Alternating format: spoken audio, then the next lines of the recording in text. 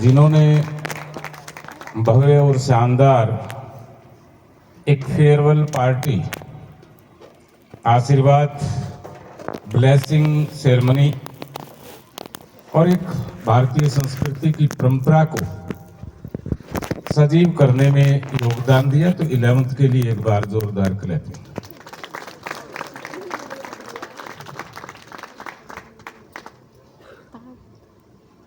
अहम दिन, अहम पल, जीवन के काफी मोड़ आते हैं। हर इंसान के बीच देखते हैं which is we seen and which is we hearing are not true. कई बार हम सुनते हैं और देखते हैं वो सच नहीं होते। Practically on the ground, when we walk, when we see, when we talk, and when we run, तब पता। Teenagers between 13 to 19, a life full of enjoy, full of मस्ती, but कुछ रिस्पॉन्सिबिलिटीज आहिस्ता आहिस्ता जीवन में आनी शुरू होती है।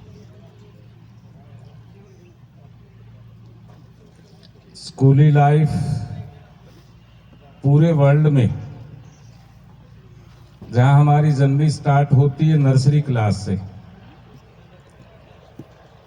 कुछ हम सब वहां से चल के आए, कुछ अपने आप आए, कुछ को पेरेंट्स छोड़ के आए, और स्टार्टिंग जर्नी में रोना भी हुआ, रूठना भी हुआ, बहाने भी हुए, और 1 साल के बाद में स्कूल में हम मस्त हो जाते हैं। ये पल हर एक के साथ गुजरे हैं और पलों को याद करना बहुत जरूरी है। उसके बाद पहली स्टेज 5th स्टैंडर्ड आता है। बनाई हुई परमपिता परमात्मा की through out world education and life से जुड़ी हुई चीजें हैं कि 6th क्लास में जब बच्चा पहुंचता है तो कुछ कुछ एहसास जिम्मेवारियों का उसे हो जाता है। घर की, परिवार की, जिस परिवार में जन्म लिया है, and surrounding of the whole society, he and she start to learn। फिर कहते हैं कि मिडल आता है। मिडल का मतलब एक मध्य भाग, वो मध्य भाग जहां से जीवन की आपकी शुरुआत कैसे होगी। यानी कि मिडल तक आप free of mind, free of worry, और 9th क्लास से थोड़ा थोड़ा एहसास होना शुरू हो जाता है हम सबको कि जीवन का कोई न कोई गोल लेंगे, कोई हम जीवन का उद्देश्य लेंगे। लगभग हिंदुस्तान में सामान्य परिवार के विद्यार्थी होते, may be boys and may be girls. And how to change, जहां बदलाव की बात आती है, परिवार की परिस्थितियों की बात आती है, अपने आप की आती है, तो थोड़ा थोड़ा वहां हम चिंतन करना शुरू करें। और ये 4 साल बेहतरीन होते हैं। इन 4 साल में माँ बाप भी टोकते हैं, टीचर्स लोग भी टोकते हैं, बड़े भी टोकते हैं, ये हकीकत है। कारण कई बार जाने अनजाने में हम लोग, जिसमें हम तीनों कैटेगरी आ जाते हैं, पेरेंट्स भी आ जाते हैं, टीचर्स भी आ जाते हैं, और हमें परिवार के आपके near and dear relatives elders आ जाते हैं, आपको कई बार बुरा लगता है, बिना वजह टोक दिया, हो सकता है। लेकिन इन तीनों कैटेगरीज की कभी भी मनसा बुरी नहीं होती, आपकी भलाई के लिए होती है। ये चीज आप नोट करके चले, क्योंकि थोड़ा सा सुनने में टीनेजर्स में, जिसको हम पैसेंस कहते हैं, उस पैसेंस में कुछ, सभी नहीं, 10-20% ऐसा फील कर लेते हैं कि मेरे वाले पेरेंट्स मुझे रोज टोकते रहते हैं, उनका बेटा है वो तो रात को शाम को लेट आता है घर में, उसकी मम्मी कुछ नहीं कहती, उसके पापा कुछ नहीं कहते, स्कूल से बंक मार लेता है, उसको कोई टोकता नहीं, उसके लिए अच्छे कपड़े दिला रखे, मेरे वाले नहीं दिलाते। ऐसी भावनाएं कई बार जागृत होती है, बट इन रियल सेंस जीवन का आचरण, जीवन का व्यवहार और जीवन का डिसिप्लिन अपने घर से शुरू होता है, और हर चीज समय पे। एपीजे अब्दुल कलाम, यदि हम उन्हें पढ़ना शुरू करें, भगत सिंह की हम ऑटोबायोग्राफी पढ़ना शुरू करें, लाला लाजपत राय की पढ़ना शुरू करें, जिसको हम लिटरेचर कहते हैं, ओल्ड टेल्स है, तो स्वमेव हमें मन और आत्मा में एक हर्ष, एक जोश पैदा होता है कि निस्वार्थ भावना से भी इस संसार में अमर कैसे हुआ जा सकता है, और निचली स्टेज से उस स्टेज पर कैसे जाया जा सकता है। तो खासतौर पे 12th के विद्यार्थी अपने परिवार की फाइनेंशियली पोजीशन को देखकर आगे जो लाइफ शुरू हो रही है, उस लाइफ को मेंटेन आप करेंगे,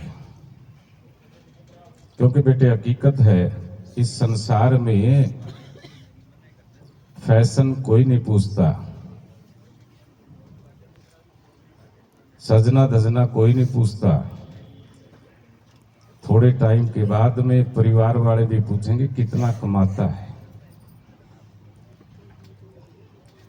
और बिना हैसियत और बिना कमाई के इस संसार में कहीं भी किसी का भी जीवन सफल नहीं होता। इस चीज को आप मान के चलें, और उसके लिए करना क्या पड़ता है, ये सबसे बड़ा विषय है कि हम अपनी पहचान, अपनी हैसियत, अपनी हकीकत और ग्राउंड पे अपना मुकाम हासिल करें। उसके लिए क्या करना पड़ता है? कुछ नहीं करना पड़ता, मेहनत करनी पड़ती है, पढ़ना पड़ता है। दो ही रास्ते हैं। हाँ, जीवन में एंजॉय भी करना चाहिए। I think today you have enjoyed very fully last 2 or 3 days, कि अपने आप को एक हर्ष मन में था, उस हर्ष और खुशी जैसे ये थी, इसी प्रकार की हैप्पीनेस जीवन में कैसी आए वो जरूरी है, और उसके लिए ग्राउंड में काम करना पड़ता है। ग्राउंड का मतलब हमें मेहनत करनी पड़ती है, पंक्चुअल होना पड़ता है, ड्यूटीफुल होना पड़ता है, और जीवन का एक आचरण और एक डिसिप्लिन बनाना पड़ता है। And we hope all of teachers कि ये आपकी पहली सीढ़ी है। वैसे तो 9th क्लास में भी बहुत बढ़िया पोएम दी है पोइट ने कि बेटे आपके पास पूरे वर्ल्ड के अंदर ये पोएम है, the road has taken 2 ways, या इस प्रकार का है कि 9th क्लास में पूरे वर्ल्ड में दुनिया का कोई भी देश है, ये पोएम है अब आपके सामने दो रास्ते हैं जी। या तो 5-6 साल जीवन में अपने आप बिना डिसिप्लिन का लाइफ जी ले, मर्जी से सोना, मर्जी से लेट होना, मर्जी से करना, मर्जी से एब्सेंट होना, मर्जी से बहाने बनाना। एक तो ये रास्ता जा रहा है।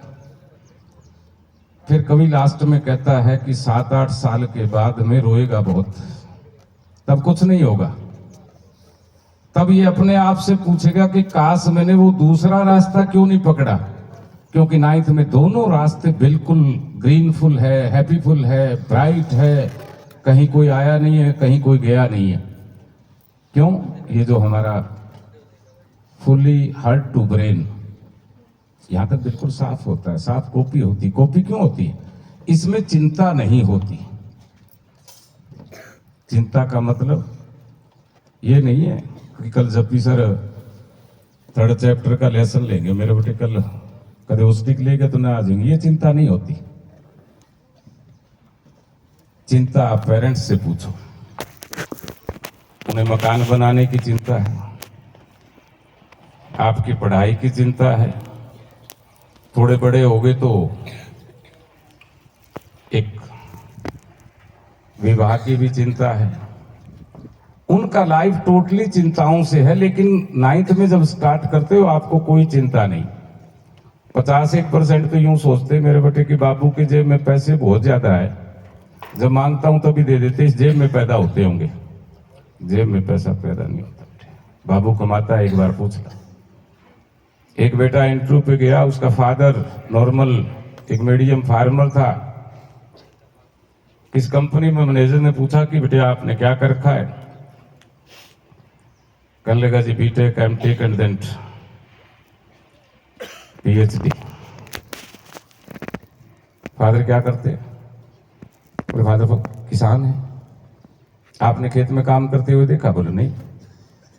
12th क्लास आदर्श भारती में था, फिर मेरा एडमिशन दिल्ली हो गया, हॉस्टल का खर्चा आ जाता था, और आज पीएचडी कंप्लीट हुई और मैं इंटरव्यू देने आ गया।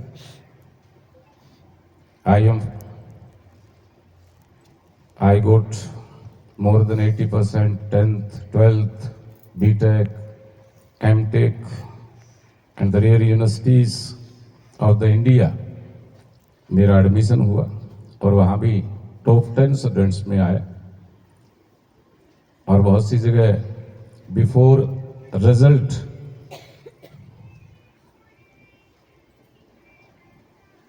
की डिमांड चाहे फॉरेन की हो और की हो, कंपनीज में आई। तो मैनेजर ने कहा बेटे आपके किसान है तो आपने कभी खेत में जाके देखा? बोले नहीं देखा। बोले 1 सप्ताह घर जाओ और अपने पापा के साथ कंटिन्यू आप रहना और फिर आना। बोले आपके पापा को आज कोई तकलीफ? ना बिल्कुल तकलीफ नहीं, बड़े मस्त सुबह जाते हैं, कभी रात को जाते हैं। जब वो वापिस आ गए 1 सप्ताह, जब अपने पैर पापा के साथ रात को खेत में पानी लगाने भी गया, कस्सी भी पकड़ी, धान भी लगाना पड़ा, कपास भी जुगनी पड़ी, यानी जो जो काम खेत के करने पड़े, और हाथ और पांव जब पापा के देखे तो रियली पता है कहीं पर हार्ड हैंड्स, यानी कि ब्लड से ज्यादा इतनी हार्ड मेहनत करने के बाद में पैर भी सख्त थे, एड़ियां फटी हुई थी, हाथ फटे हुए थे। और आफ्टर 7 और 10 डेज जब वापस मैनेजर के पास गया तो उसने कहा कि रियली इस दुनिया में मेरे पिता सबसे ज्यादा मेहनती है, रात को भी जागते हैं, दिन को भी जागते हैं और कठोर परिश्रम करते हैं, और मेरे लिए किया, शायद ऐसा किया नहीं होगा। मैं सोच नहीं सकता कि मेरी पढ़ाई के लिए उन्होंने इतना कुछ किया है, अपने जीवन को दांव पर लगा दिया। तो उसी कंपनी के मैनेजर ने कहा कि बेटे एहसास हो गया, सो यू आर सिलेक्टेड। आपको एहसास हुआ तो आप सभी नॉर्मल फैमिली से बिलोंग करते हैं, इसमें कोई दो राय नहीं कि 12th के साथ साथ फाइनेंशियली आज मॉडर्न टाइम में बहुत जरूरी है।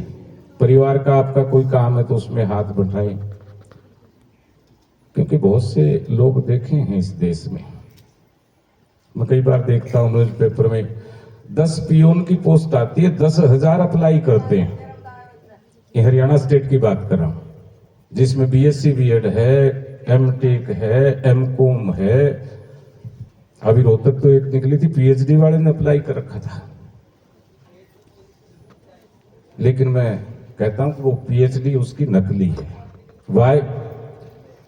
क्योंकि रियल में यदि पोस्ट ग्रेजुएट या पोस्ट ग्रेजुएशन किसी के पास है तो उसके पास स्किल होनी चाहिए, क्वालिटी होनी चाहिए, लोग बुला के ले जाते हैं। लेकिन उसने उठते पढ़ते माँ बाप का पैसा बर्बाद करते करते एक रट्टा लगा के एजुकेशन ली, उसके पास स्किल नहीं है। ये हिंदुस्तान की बात है।